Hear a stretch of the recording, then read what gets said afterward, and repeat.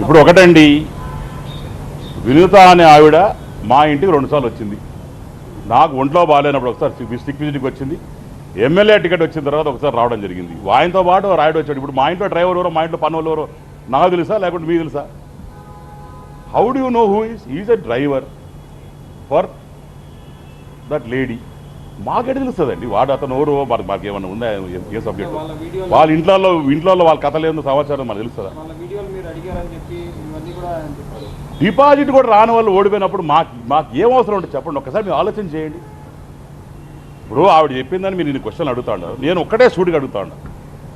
5,000 కూడా రాని ఆమెకి, డిపాజిట్ కూడా రాని ఆమెకి నేను 30 లక్షలు ఖర్చు పెట్టి నేను వీడియోలు తీసుకొని ఏమి సాధించాలా, ఏం చేయాలా?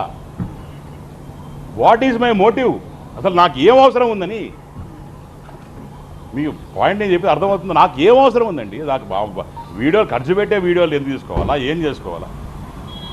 మీరు ఇద్దరు కూడా ఒకే కూటమిలో ఉన్నటువంటి వాళ్ళు ఎందుకు ఇలా ఒకరికొకరు వైరల్గా మారుతారు? వైరల్ మగిలి నేను ఎప్పుడు కానీ వాళ్ళని ఏ రోజు పల్లెత్తి మాట అన్నతో ఇక్కడ సిస్టమ్ చూడండి. ఎక్కడన్నా మీడియాలో కానీ ఎక్కడ కానీ నేను ఆవిడ గురించి తప్పు మాట్లాడినట్టు కానీ, ఆ రోజు పవన్ కళ్యాణ్ గారు వచ్చి మాకు మద్దతు తెలిపి అందరికి చేసి తర్వాత కూడా బిఫోర్ కూడా గౌరవప్రదోకంగా బిహేవ్ చేశాం. ఎక్కడ కూడా మేము తప్పు చేయలేదు. ఇంకా కూడా ఆమె అయితే మా కోసం పని చేయలే. మొత్తం కాళహస్తిలో ఎవరినన్నా పోయి మైక్ పెట్టి అడగండి. ఆవిడ కానీ ఆవిడ భర్త కానీ నా కోసం పని చేశారా అని కనుక్కోండి. చేయలే. వచ్చినప్పుడు మేము ఇంటికి పోయినప్పుడు మాట్లాడినప్పుడు కూడా నన్ను డబ్బులు అడిగారు.